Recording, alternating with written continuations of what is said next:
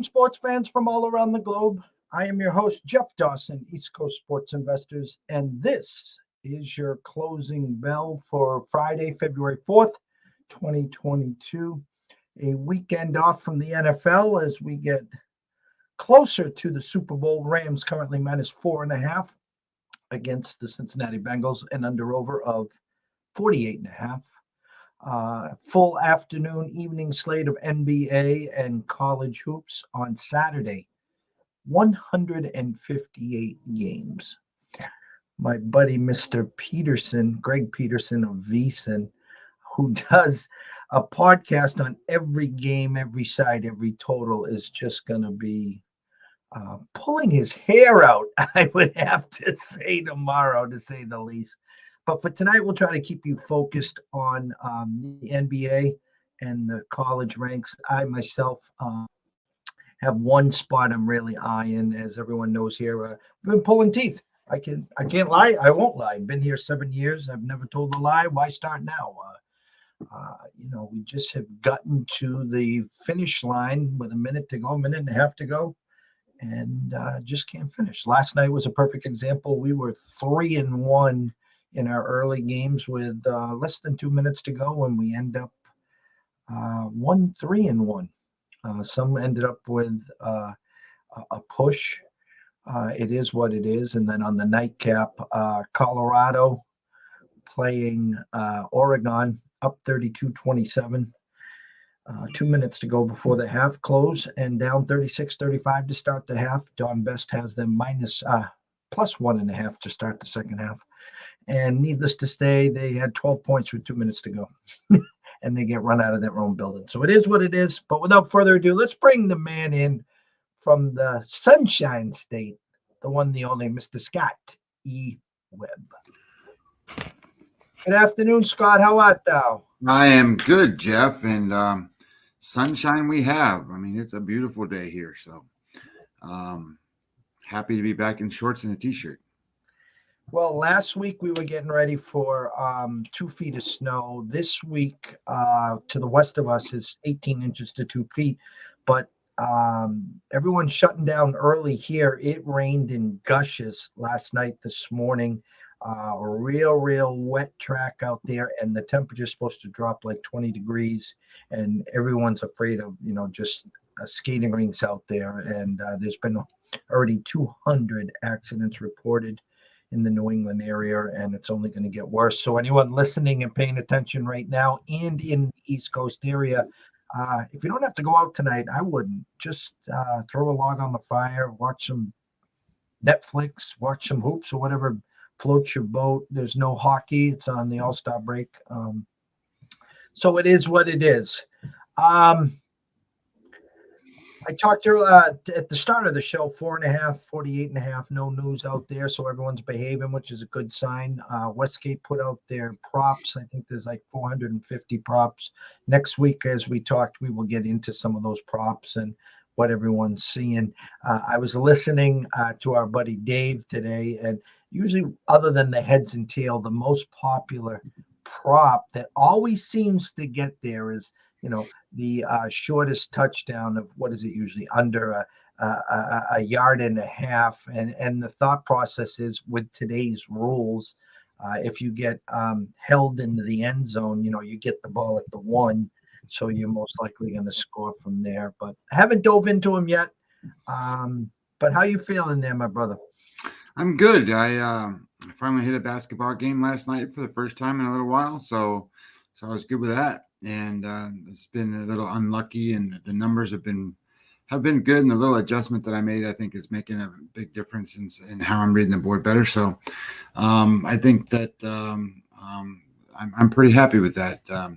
I was on Minnesota last night, and they got bet up a little bit, but it didn't matter. They still covered the number. They win by double digits. My number said they would win by double digits, so I was pretty happy with that. I beat Detroit team that is struggling there a little bit, but it was a close game until the third quarter. So, but that's the way these NBA games are. I mean, holy shit, who knows what happens right after halftime? I'm going to start looking into maybe doing some, I think, first half wagers instead of just full game wagers. I think that I can get some winners in that way based off numbers and things. So not today, but I think that that's something that I'm going to look into as the season continues to progress, because I think there's some winners there. And maybe you wouldn't get them at full game, because there's a lot of spots where these teams just don't come out in the third quarter for whatever reason and do whatever. It's amazing to me that these teams will score 30 points a quarter for the most part. Well, anywhere from 25 to 30 points a quarter each team. And then there's one quarter that they score 14. And I'm like, what the hell? And it is what it is. I mean, that's just the way this particular game goes. And I've been working on some things in my Twitter account, building lists and stuff instead of following a whole bunch of people. I cut a whole bunch of followers out, and then instead I'm using them on the Twitter list, because I don't need to see the feed. I just want to go there when I want to go there. But anyway, in one of the feeds that I created, there's some things in there that I see a lot of people are talking about college basketball and the NBA. And because of all of those weird things that happen, they think these games are fixed. I'm just going to tell you flat out, these games aren't fixed. This is just what happens. So there are so many mechanisms in today's sports avenues that there are no fixed games. There could be, somewhere down the line, I suppose, in a college world of certain things, but that stuff gets out. And the betting irregularities that come through the sports books, they shut that stuff down if they feel like something's happening. So in this world of everybody's trying to get immediate responses and actions to stuff, trust in the process that these guys know what they're doing, because they'll shut it off and they'll shut it down, and that stuff doesn't happen. So don't think that way. Shout out to Billy Hewlin from Louisiana, my man Billy. Say hello to Rebecca for us. Shout out to Mr. Lucky. Could be, rumor has it, there could be some Sweet 16 in your plans coming soon. Can't wait there. And Marty and the rest of the crew, everyone watching and listening. I'll just quickly jump in on what you're saying. They know the Vegas Strip knows every penny that comes in there. So they know approximately how much money is going to come into these games. Okay. NFL, we know, is the biggest sport bet, but NBA, bring up college. There's been some stings in Arizona State. There was sting way back in Boston College. So when we talk about pregame, Scott, and you're saying, okay, this game has 20,000, this game has 30,000. Okay. The marquee games, closer to tip off might have 75, 80, maybe 100. Here's what I will tell you during the Arizona State thing. Okay. They were averaging about $15,000 to $20,000 on their games. Okay. And all of a sudden, one game, there was 150 and 200,000 on it. So it's a red flag. And then 3 games later, again, after the 20,000 and 25,000, then there was 175, 200,000 red flags. So these things are caught immediately. You can't just walk to the window and say, yeah, I'd like to bet $150,000 on the St. Bonaventures today without a red flag. Okay. They're going to check all sides. Okay. What is it? Half the team for Richmond have COVID and the other half is, got 103 temperatures. I mean, they're not just going to punch the ticket, take your money without figuring this thing out. So, I often say that there is a phone call at halftime and at the end of the third quarter for exactly what you're saying. A team up by 30 last Friday, Washington Wizards up 30 at halftime. They lost the game. Mm-hmm. Okay. How many times do you have a team up 25 at halftime? Lose the game. It happens in college. Northwestern was up 17 against Rutgers at halftime, and they win the game by 1. There are runs in basketball games. I get upset in the NBA because these are paid professional athletes. And as you stated, okay, look at the box scores. Okay, the Celtics scored 31 in the first, 30 in the second, 32 in the third, and they put up 11 in the fourth. I mean, who is playing the fourth quarter? It makes 0 sense. Zero, but it happens. It does. It's just it's the nature of the sport. And that's, I think, what people can't grasp is that these things are the way they are. So the way you try to combat that is to bet first half, second half, bet whatever you want, but you're not betting the full game. So maybe you miss that quarter that those guys are doing the stupid shit.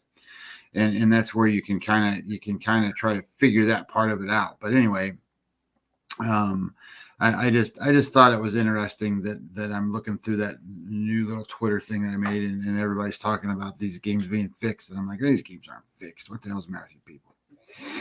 Well, let's jump into the NBA slate. There's 1, 2, 3, 4, 5, 6, 7, 8, 9 games on the hardwood tonight. It's a couple good games that look like competitive wise. Bulls at Indiana. Our friend Riley Magnuson from the Windy City himself on Friday came in and talked at length about that game. I'd probably say the headline is going to be Philly at Dallas, with Dallas a 1.5 point favorite there. We talked about Brooklyn and Utah. Harden is out for Brooklyn, and Utah's 5.5 point favorite theirs. And our Celtics traveling to Detroit opened up at 7.5, now 10 point favorites. The Celtics are playing a lot better. Jaylen Brown has really kicked it into overdrive his last half dozen to dozen games. But the board is yours, my friend. Yeah, I this morning when I looked at stuff, I had 1, 2, 3, 4 selections that I was looking at, and then this afternoon I have 4 selections that I'm looking at, and they're basically all different. And then I ended up playing one.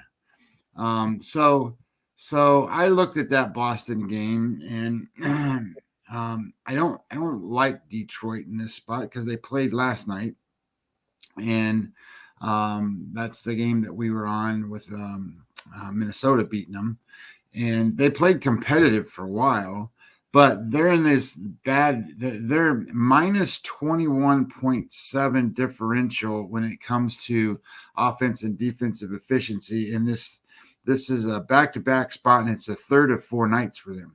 So they've played a lot of basketball here, and this is not a good spot for them. And so I originally kind of thought, okay, well, Boston's been playing really well, but at the same time that Boston's been playing really well, they're not this greatest road team in the world. They're not the greatest home team in the world either, but they've just been playing better. So my number comes out to around 7.5, which is exactly where it started. And now it's up to 10. And I think that's too many points. But at the same time, I think that's too many points. I still think they can cover 10. So I'm just staying off of that game. It's just, I think the number's pretty close. What's interesting is the total didn't move. It's just the number moved. So, what was it? 215, I think, is the total. And when you're looking at 215 and now you got to win by 10, that means that you're getting close to a spot where somebody's not going to score 100 points. And I don't know if that's going to be the case tonight or not. So I'm kind of leaving this one off the book. And I looked at this Atlanta-Toronto game. I think it's going to go over when it was 215.5 points that it opened at, and now it's bet up to 217.5. So I just dropped it off. My number was 221. And, okay, the number's moving. It's moving in the direction I thought it would go. But now they've got to get over, 217.5 points. So I'm just going to leave that one alone. And that Brooklyn game, Brooklyn is not necessarily a kryptonite to me. Sacramento has been. But I kind of felt like they burned me the other night when they played. They got off to a pretty good start, and Harden only had 2 points. And I'm like, holy shit, this is going to be great because in the second half, he's going to go crazy and score a bunch of points. Shit, he ended up with 2 points the entire goddamn game. So him not playing might actually be a good thing for this team, although he's been doing really good with assists and stuff like that. I just don't think that this is a good spot for them without Harden, because Utah is a tough place to play at home. So I'm just going to leave that one off the board. The game that I did play is I played New Orleans, Denver tonight. The line opened 5.5. I think it's -6 now. I've got Denver to win by double digits tonight, so I'm going to take that Denver game. I'm looking at, Jokic is going to play, and New Orleans has this rest disadvantage tonight in terms of data and numbers, in terms of their offensive defensive efficiency and their rest spot, even though they didn't play yesterday. And I like the idea that Jokic didn't have to play the last game, and now he's playing now. And that gives him a little bit of a break. He's going to a little bit be refreshed. And the player that's really good for New Orleans is their center, and he's going to match up with Jokic. So I like the idea that Denver's in pretty good spot here. New Orleans, they just don't score any points. Denver hasn't been playing the greatest defense, but they score a bunch of points. So I'm really good with the idea that Denver is going to be a good spot here to cover the 6. I think they're going to win by double digits tonight. And then the OKC game was the last game I scratched. I think OKC is a good spot here getting these points, but their best player doesn't play tonight. And that's really a big problem because OKC only has one player, and he's not in the game. That's Gilgeous-Alexander. He's not going to play, and that creates a big problem. The issue here is OKC plays defense. They're number 2 in the league in defensive efficiency over the last 2 weeks, and that's pretty good for a team that's not very good. And then you got Portland; they can't score, so that puts it in a really good spot for them to keep the game close. But if their best player is not going to be out there on the board to try to help, drive up the number and keep the game close, I got to scratch that one. So I only played one. It's Denver -6. All right, you heard it from Scotty. The college games. I'm gonna just go to what my favorite play is today. I talked to yesterday.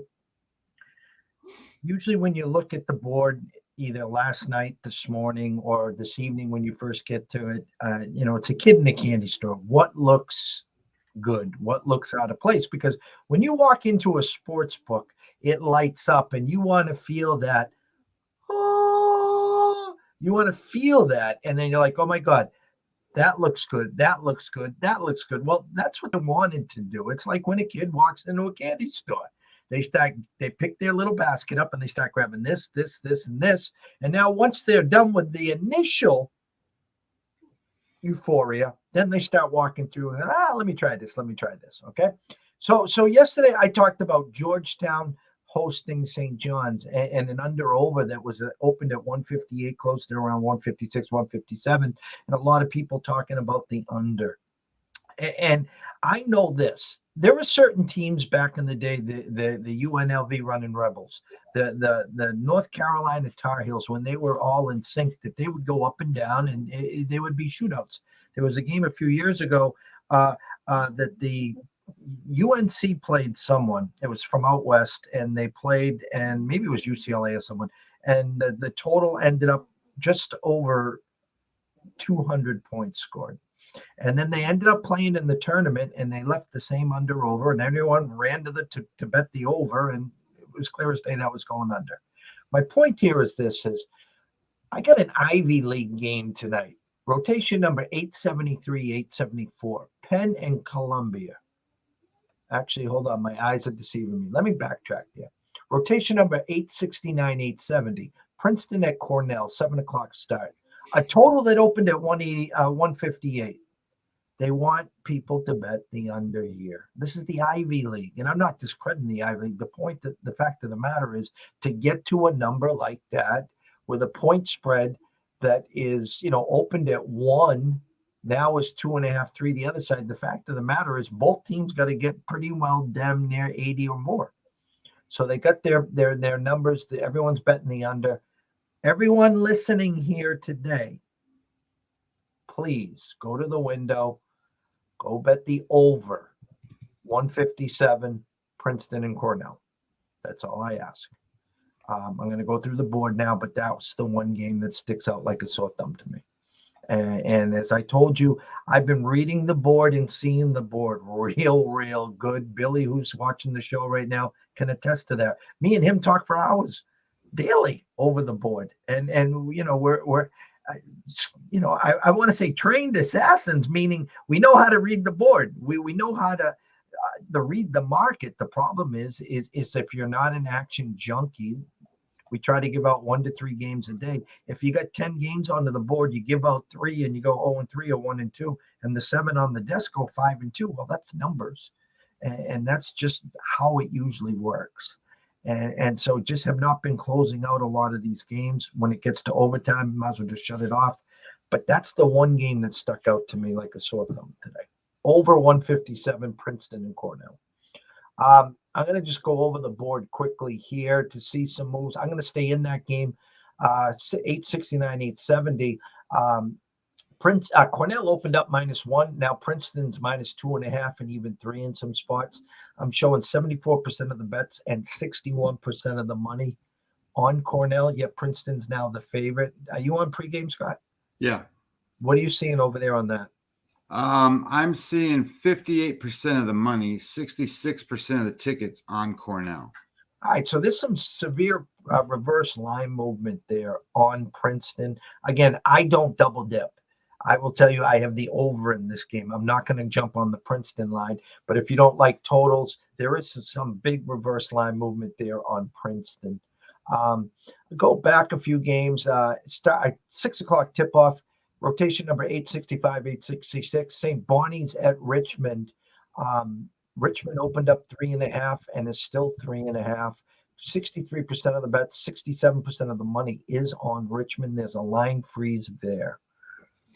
Yeah, I'm getting something a little different. And 2 things about this game. One, most of these college games tonight don't have a lot of money on them. There's 20,000 here, 30,000 there. That's about what they're running.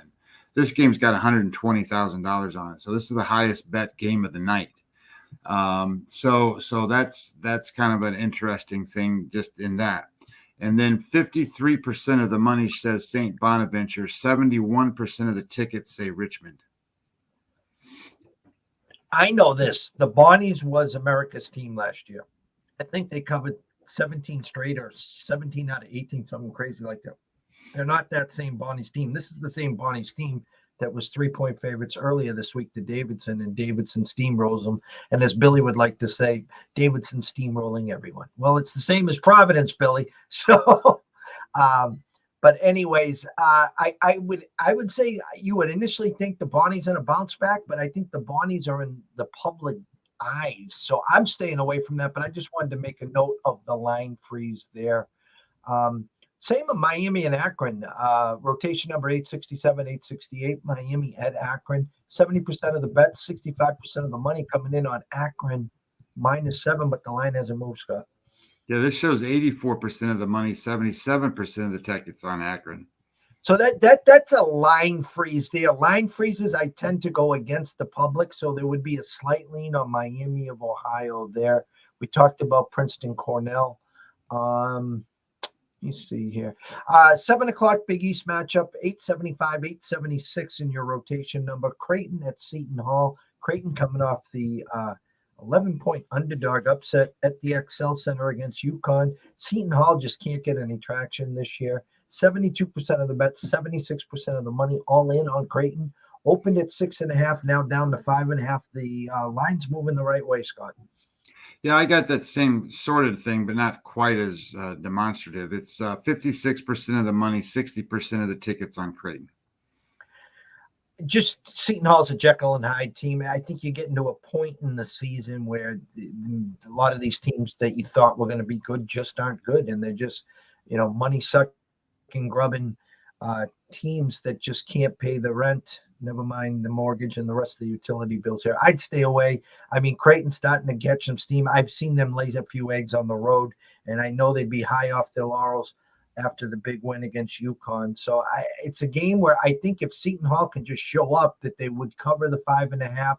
Big public play on Creighton. I'm passing here. Rotation number 879, 880, Quinnipiac at St. Peter's, 51% of the bets, 86% of the money in on St. Peter's, who's been pretty good at home this year. A line that opened at 6.5, now a flat 6. So if Scotty gives me the same numbers, it'd be reverse line movement on Quinnipiac. Yeah, we're looking at 57% of the money, 61% of tickets on St. Peter's. So there's some reverse line movement on Quinnipiac plus the 6 there.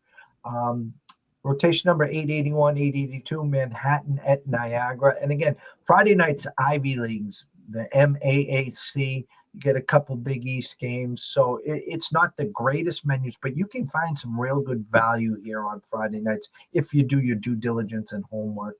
74% of the bets, 76% of the money, all on the Manhattan Jaspers. Line that opened up at 5.5, now a flat 5, Scott. Yeah, same kind of thing. 85% of the money, 76% of the tickets on Manhattan. All right, Ivy League. This Brown team's been good to us. Okay, I have a good close friend that has a son that plays for them. We talk all the time. Actually, I said we talk preseason. They were expecting some high hopes from this Brown team, and they just they've had trouble closing. Wow, that sounds familiar. They've been in some big spots. They play well against some big teams. They get up for the big games. I guess I could say it that way, and they just don't close out some of these others. They beat Harvard at Harvard a few Saturdays ago. We were on that. Here they opened at 4.5. Now they are 3. 68% of the money, 80%, 68% of the tickets, 80% of the money is on Harvard. The line's gone from 4.5 to 3, and actually at Circa it's 3 minus 105, which means it's heading to 2.5. Public all in on Harvard in the revenge game here, Scott. Same here. It's 91% of the money, 72% of the tickets on Harvard. Well, again, I'm not a public guy. Remember Fridays, guys, is payday. Fade the public. You know, the public loves the favorites and the overs, or they love revenge spots. Whatever angle that they can grasp onto, they love. So I'm hoping Brown blows them out. I won't have any skin in this game, but I've been rooting for them all year, and I could see Harvard pick them off in a revenge spot, but I think it's a great value spot on Brown tonight, to be honest with you. I'll just go down to the last game on the board here. Nevada at Fresno State, rotation number 895, 896 for all you night owls, 11 o'clock tip-off back east. Fresno State opened up at 9, still at 9, 59% of the bets, 54% of the money, all on Fresno State, Scott. Shows a lot more money than that over here. It's 95% of the money and 78% of the tickets on Fresno State. And the line hasn't moved, guys. So slight lean to Nevada plus the 9 there. I know Colton, Buddy Colton was on this game earlier, and it was canceled. Now it's back on. Rotation number 899, 900, 7 o'clock start. Oakland at Northern Kentucky. Oakland opens up at 3, now 3.5, 75% of the bets, 83% of the money on Oakland. On our show Thursday, Colton definitely leaned the dog here in Northern Kentucky. Your numbers say the same? No, it shows a split. It shows 65% of the money on Northern Kentucky, 68% of the tickets on Oakland. All right. So that is the board. Any questions, comments, concerns? Please go over to Twitter at EC Sports Invest. That's me. DM me. I'll answer anything. Go over to Scotty at Webby20MLB. He will more than gladly answer any questions that you do have there. And as we've closed on Wednesday and Thursday, we again will close today what we like to call Webby's Words of Wisdom. Well, today we're going to talk a little bit about tough-mindedness, because oftentimes in life, you competitive nature of getting jobs and the competitive nature of being a successful person over someone who isn't comes down to tough-mindedness, because you can only be so talented at certain things. And you think about NFL quarterbacks, for example, they're all talented, but some of them are elite talents. And even though they're elite talents, some of them are better than others. And what makes them better? The better is that they're tough-minded. And what does that really mean? Tough-minded just means that they have the ability to avoid drama. They have the ability to overcome adversity. They step up when others step down. They tend to I don't want to say play with pain, but that's kind of the idea. They get through the measure of life because they're, I don't want to say immune, but they tone out distractions. They tone out the things that create problems for other people. And you got to have a conviction to your strategy on your overall life, and whatever that plan is. And as you're going through that, you make adjustments, but you still have a plan. And the only way you're going to be able to get through and be successful compared to others is to have the ability to focus on your share and your part. Root other people's success on, but you need to be able in a spot where you are focused on you. And that leads us to the gambling side and what we do. When you go to that window, you have to have conviction in your play.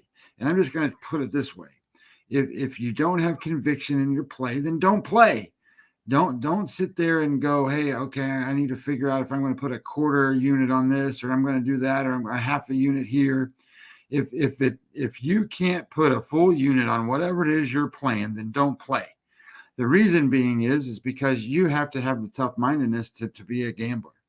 There's a guy that is a professional gambler, and he put a tweet out the other day, and he's like, look, the Super Bowl is this weekend, and I've made 42 bets on this game already. Not one of them is on the total, and not one of them is on the side. So he's doing his due diligence. He has a plan, and he's convicted when he goes to the window, and he's putting his money out there. That's the other part of it. So when you go to the window, don't be a little bitch. Go up there with conviction and put your money where your mouth is. You're not going to win anything if you don't put anything on the table. That's up to you to go up there and put your hard-earned dollars out on the counter. And because the truth is, the less you bet, the more you lose when you win. So you got to win the money. And the only way to win the money is to risk the money. So don't be a whiner. Don't be this little crybaby person. Get up there, put your money on the counter, and then take your money back when you win. That's what you have to do. Now, you got to stay within the guidelines of what your bankroll is, but you have to have conviction in your play or don't play. To be the best in this, you have to be able to handle the worst, not the best. Everybody can be successful when they're the best, but during the worst of times, you still have to be able to handle that. So today's message is just being about tough-mindedness, being able to understand what differences there are between people. And if you really want to understand how to do this, there's no crying in baseball, and there's no crying in gambling. So you need to be able to understand that when you walk into the window and you walk up there, you get it done, you get it right. Sometimes you got to vent somewhere and do certain things. And I'm not saying you can't vent, but I'm just saying that a lot of times people get to a point where they get wishy-washy and they feel that they're not tough. They're just kind of crybaby-ish and whinery-ish. That's not going to fly in this league. It's funny, it is on Twitter, especially, or anywhere else, Instagram, TikTok, wherever you follow social media. There's a group of, I'll call them trolls, that basically yell, scream, holler at people in these lanes, trying to educate, trying to give out advice, trying to tell people where we wagered our money. And the golden rule for these guys is, well, first show us a ticket, show us your tickets. And listen, there in modern day technology right now, I can go to a computer right now, go in and punch out a ticket for $100,000. Wait till it's graded and shows that I won or lost it. And it's a phony ticket, just like a lot of those parlays that everyone's seeing that are photoshopped. Okay. So when someone yells, well, show us your ticket, just hit the mute button. Okay. They got nothing better to do. Second of all, and most importantly, if you were so good at what you're doing, you wouldn't be selling picks or giving out advice in picks. That is so untrue and wrong. Okay. 99.9% of the people in this business don't move numbers. So if you got a friend that says, hey, when I play, I move numbers, I have two bridges for you. Okay. It's untrue. Okay. Unless you walk to the window and drop a couple 100,000 on a game, or in the Super Bowl, Mattress Mac just put 4.5 million on the money line on the Bengals. He didn't do it because he loves the Bengals and the money line to win. He did it to offset his sales in his mattress world. The mattress business is in Texas. That's all he does here. Okay. So the fact of the matter is, we do what we do doesn't mean we're not good and great or we suck or whatever. We're doing what we want to do, first of all. Second of all, every play we give out, we play ourselves. Third of all, it's none of your damn business whether I put $50 on the game or $5,000 on the game. It's none of your damn business. Get a life. You're a troll for a reason. You just wish you were where a lot of people are. You're jealous. That's all. So it's a mistaken whatever. And what Scotty said today about tough-mindedness, I was told the very first day I wanted to bring ECSI to the public sector. My first investor came up to me and goes, Jeff, if you're not tough-skinned, don't even bother. And it's true. We're on a cooler right now in NCAA hoops, but every morning, every afternoon, every night, this is my face right here. Hello. I'm still here behind the mic. I'm still talking the market. I'm still giving out winners here, Scott. Imagine that. I'm giving out winners, and I'm frigid as ice right now. Okay. So I appreciate what you've done here for the Wednesday, Thursday, Friday. I think we'll definitely be sticking to that throughout the week. It gives a good light to, I always talk, it's a 3-prong here: physical, mental, and spiritual. Okay. And I compare it to when Phil was coaching, he ran the triangle offense. Okay. And it was threes. And it's like the base model that a lot of people use in business. Okay. It's you need that. You need that. And if you're not right and something's not clicking, it's almost like sometimes I say, I got to go under the kitchen cabinet, Scott, grab a bottle of ammonia, take a big whiff and just clear out the garbage, because it will get you in the long term.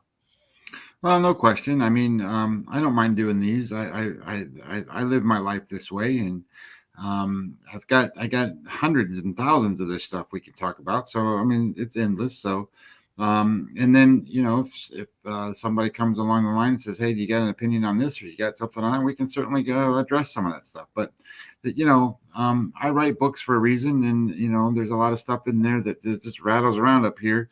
That this gives me another avenue to get it out. So I'm also putting it in a little notebook. So if it turns into something, maybe we can make another little book about this stuff. Well, I want to thank everyone that's been here today, all throughout the week. Again, hats out to Billy, Marty, Mr. Lucky. Shout out to Peter Dickinson, who just gave us a shout out on about 45 minutes ago on YouTube. Wherever you're catching us, YouTube, Twitch, Twitter, Facebook, Instagram, wherever it is, we thank you. Want to also tell everyone this: if you are wagering tonight, always wager responsibly. If you have a problem, pick up the phone. There's an 800 number right there. Ask for help. Why? Because we care. We'd like to see you here today, tomorrow, next week, next month, through 2022 and beyond. From myself, Jeff Dawson at EC Sports Invest, from Scott E. Webb at Webby20MLB, we wish you a blessed evening. Friends back east, stay home. It's going to get icy out there unless you got a toboggan, a sled, or some ice skates. And we will catch you bright and early tomorrow morning.